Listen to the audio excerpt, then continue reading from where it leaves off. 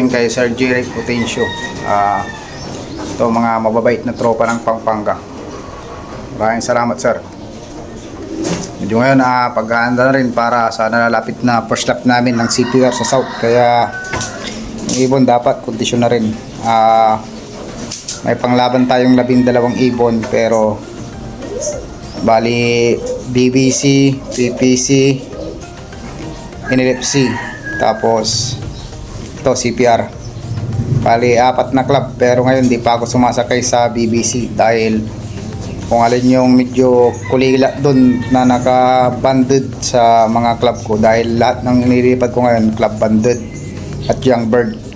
Kung sakaling may kulilat doon, yun nang ibabagsak ko sa BBC, dahil hindi ko naman pwedeng hugutin yung mga iba dahil naka young bird sila ng iba't ibang club. Sayang din. Dapat may guaranteed siguro sa ngayon na malabo na makalaro tayo ngayon sa BBC.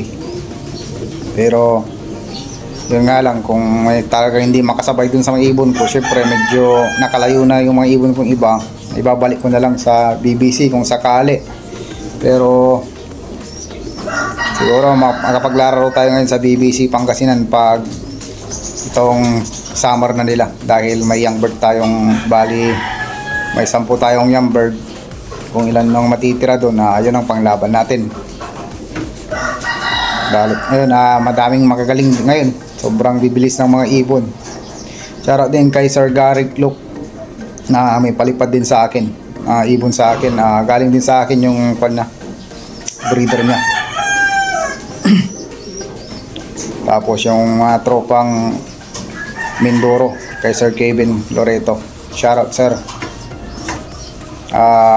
Good luck sa karera niyo dyan, sir, sa Mindoro. Tapos kay Sir Geoffrey Ramos. Araw mga boss, papakita ko naman sa inyo yung mga ibon na panglaban ng South. Tapos naman nag-PM sa akin kung anong flashing ang ginagamit ko. Naka-capsule na 4-in-1, tapos Pilgam ko, tapos BS sa pinakamaliit na capsule. Yun, tapos patak ng anti-cancer sa tuwing Lunes or Linggo ng gabi. Pag maganda po away, Linggo ng gabi, pwede nyo nang i-flashing para iwas sakit. Yun kay Sir John Ivan, tapos John Kevin, Jason Melyari from Pampanga. Maraming salamat, busing, sa tiwala. Tapos yung padala nyo sa akin na item, maraming salamat. Gamit ko tuwing gabi ng Lunes, tapos gabi ng Linggo. Bali ito Astocraps, tapos Metrodinasol Canker. Ito, naiwasan ko yung going lights, yung biglang bababa yung tingbang ng ibon, yung papayat tapos magtatay ng green. Mula nang ginamit ko tong Metrodinasol pagkarera, hindi ako natatamaan ng going lights. Ito kasi yung ginagamit kong pang flashing. Tapos may ginagamit pa akong isa, mag-alternate sila. Ito, lalo na pag tumukod yung ibon. Ngayon wala pa naman tumutukod sa akin dahil maganda pa naman kondisyon ng mga ibon, tapos medyo malapit pa, pero gumagamit na ako nito. Ito pala yung gamit kong pang flashing. 3 kwanto antibiotic na pinaghalo-halo ko, pero isang brand, Perchica, 4-in-1 powder, tapos Bilgam ko, tapos BS. Ito pala pang recover sa may tama na ibon, ginagamit ko to dahil ito pang flashing sa akin na local, tapos imported. Yun ang gamit kong local na pang flashing, yung ito Dinasol, tapos ito pinaghalo-halo ko lang, tapos nilagay ko sa isang capsule. Kasi pag ito nilagay nyo sa tubig, maraming masasayang, dahil ang ibon naman pag nakinom na yan, hindi niyan babalik. Lalo pag ito antibiotic, kasi mahirap sa ibon na ilagay lang sa tubig dahil mapait din nila yung antibiotic. Kaya nilalagay ko na lang sa capsule. Bali pag nagbigay ako ng anti-cancer ngayon, ito hindi ako magbibigay ngayon, pero bukas flashing ulit, Monday. Ito na ibibigay ko umaga, yung hindi pa sila kumakain, dahil hindi natin alam kung anong dadapong sakit sa kanila. Kung okay naman yung ibon nyo, kahit hindi nyo pabigyan, mag herbal kayo kung kwan. Pero yung sa akin, stress kasi sila dahil ang pahinga lang nila araw ng Lunes. Pero yung sa akin, araw-araw ang tos. Ang pahinga lang Lunes. Lalo ito malapit, kaya araw-araw kami nagtutos. Nasa 100 kilometers pa lang kami. Pero pag Friday na ang loading, ang pahinga naman nila sa truck na Sabado, tapos Lunes, lilipad ng Linggo yun. Sana makatulong tong konting kon ko, mga boss, tips ko sa gamit kong antibiotic. Lang uli ko na rin to binlog, pero marami pa rin mga bago na hindi na nabalikan yung mga video, kaya ito, i-upload na naman natin. I-upload ko rin yung kwan ito, yung plastic nila, para madali nyo tignan. Thank you mga busing. Gamit natin tuwing araw ng Lunes, oregano yan, tapos bawang sibuyas. Bale, gustong gusto ng kwanto mga ibon, sanay na sila. Tapos ito, lalagyan ng tubig yung pinagkainan para walang masayang. Bawang sibuyas, luya, honey, herbal. Ito lahatan, pati flyer, breeder, pwede.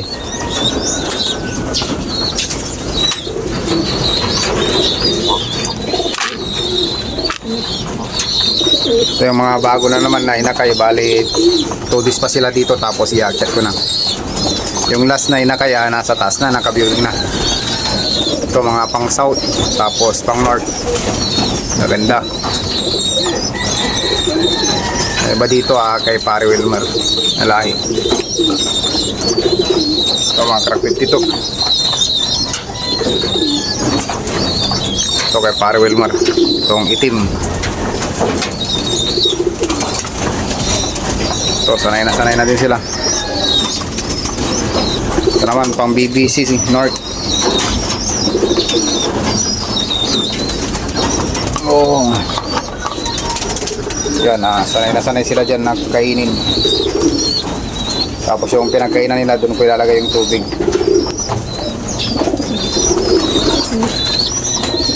Okay, inakay na naman yung Batanes Champion.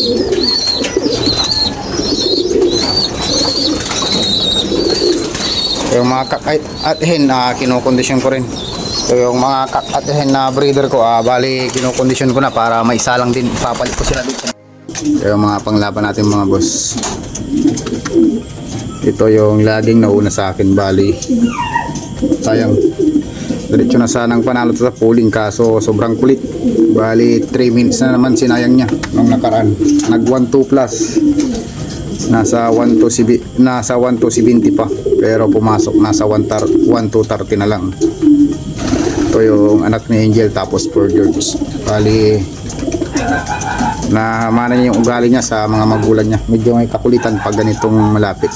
Pag below 100 talagang naglararo pa sila, pero mabilis. Bali 3 linggo na laging nauna to sa mga ibon ko. Naging panalo sana, kaso ganun lagi ginagawa. Naghahatid tapos magtatambay. Pag in-stick naman lilipad, pero pag sa training namin, mabilis siya pumasok. Ito anak ni Paul George, tapos Angel. Ito naman 4 times pooling winner na rin to. Bali apo ni Angel. Ito walang problema sa ibon na to, dahil pag lumanding na madali na istikin, hindi tulad nitong tito niya na makulit. Bali ito young bird ng CPR, tapos na rin maglugon. Medyo maganda lang dahil nung training namin palugon sila. Bali na timing lang, nalugon sila nung training, pero ngayon pakinis na, kaya wala nang problema. Ito naman quad pa, medyo hindi pa gaanong tapos maglugon. Lugon pa yung mga balahibo nya, pero itong mga ito malalapad. Bali ito naman, tapos ito magkapatid. Bali panganay ito, young bird ng PPC. Bali ito naman niya yung size niya sa tatay niya. Ito din yung pooling winner ko rin na isa. Bali palipad ng isang kumpare ko. Ito naman apo ni Angel. Bali ang tatay nito yung kalbayog ni Pali Wermal Velasquez, WSB. Bali ito may kapatid din. Ang speed nito 1205 noong nakaraan, nung kahapon pala, linggo. Ito walang problema sa trapping nito. Medyo maganda ugali nito. Maliba lang dito sa isa yung laging nauna ko. Naman yung grizzle ko, nasa south na naman, galing ng aparito sa BBC, tapos binalikwas ko na ng south. Bali 2 taon na yung kumakarera, walang pahinga. Okay naman, consistent, kaso nga lang karon ulit. Pero ito inaasahan ko din na dudulo dito sa south sana. Mabait to na ibon. Pag lumalayo doon na siya umuwi ng maganda. Bali ito yung kapatid nung itim na yun. Bali anak ng ibon ni Pare Wilmar na cross sa anak ni Angel. Bali naka-widowhood. Ito 1204. Bali 2 sila sabay. Mabilis din kami mag-clock. Kaso nga lang yung ibon pag naglaro, lumipad, yun ang problema. Ito walang problema sa mga ito. Mabait sila, madali turuan. Ito naman, ito yung pinakauna ko nung nakaraan. Unang pumasok pero pangalawang dumating. Bali sumunod dun sa checkered behind 3 minutes, pero hindi ito nakataya dahil young bird siya ng ibang club, young bird ng PPC. Sa CPR kasi ako naglalagay ngayon. Ito ibon ni Sir Garrick Lopes. Shoutout kay Sir Garrick. Ito na yung ibon mo, sir. Bali 3 dito na dinala niya, isang red devil tapos isang black checkered. Ito lang yung hindi ko nakal dahil yung dalawa talagang, yung isa namatay, nakusa, yung isa talagang dapat ikal, kaya kinul ko. Ito para ro ng isang tropa natin na medyo busy sa trabaho dahil isa siyang alagad ng batas. Shoutout kay Sir Garrick Luke. Ito consistent na ibon. Di ko alam kung alin ang magulang nito talaga, basta ang alam ko galing sa akin ang magulang. Ito naman yung winner natin ng NLFC, si Badjaw. Ito yung first loading din sa NLFC. Bali nag-clock ng Apari, nag-clock ng Santa Ana, kaya pumasok ng 5th overall sa young bird. Bali nanalo pa siya ng 16,000. Panalo pa to na ibon. Bali ito yung nanalo din sa PPC nung nakarang summer nila. Bata ito nung kinarera ko. Pero ngayon lugon pa yung kanya, balahibo niya. Bali sinakay ko rin to ng BBC. Umuwi din ng Apari, pero hindi ko na tinuloy ng Santa Ana dahil sinakay ko na siya ng Magalang. Sa susunod na linggo sinakay ko na ng Magalang. Wala nang training, Magalang agad dahil matanda naman to, kaya naman niya. Kinaya na niya yung 300 kilometers. Yung Magalang kaya na niya. Kung sakaling mamawala man, babalik din yung kinaumagahan. Ito hen, nilagyan ko rin ng widow. Itong kwan natin, Louis Chu na puti. Ito naman igayap, nilalaro ko rin ng NLFC. Igayap, tapos nakakross sa ibon na Sir Enrico kay Sir Ace ng Tarlac. Bali ito naman maganda yung condition naman nila, pumupulbos. Ito hindi ito gaano mabilis pero consistent lang naman. Ito yung kagandahan sa ibon na to, consistent. Naka-enter na siya ng fundraise YBOB sa NLFC. Pala rin. Ito naman anak ni Gohan. Bali ito 3 times pulling winner na rin sa NLFC. Babae. Nagtambay rin to nung first lap namin, pero nakakuha pa, nanalo pa sa sektor, number 1 pa sa sektor. Ubi, pero young bird to. Bali dadalawa lang yung panglaban ko sa sa NLFC, tapos 3 sa PPC. Pero yung mga iba doon palaro pa. Pero yung sinalang ko dito anak ni Gohan to. Tapos yun naman apo ni Gohan,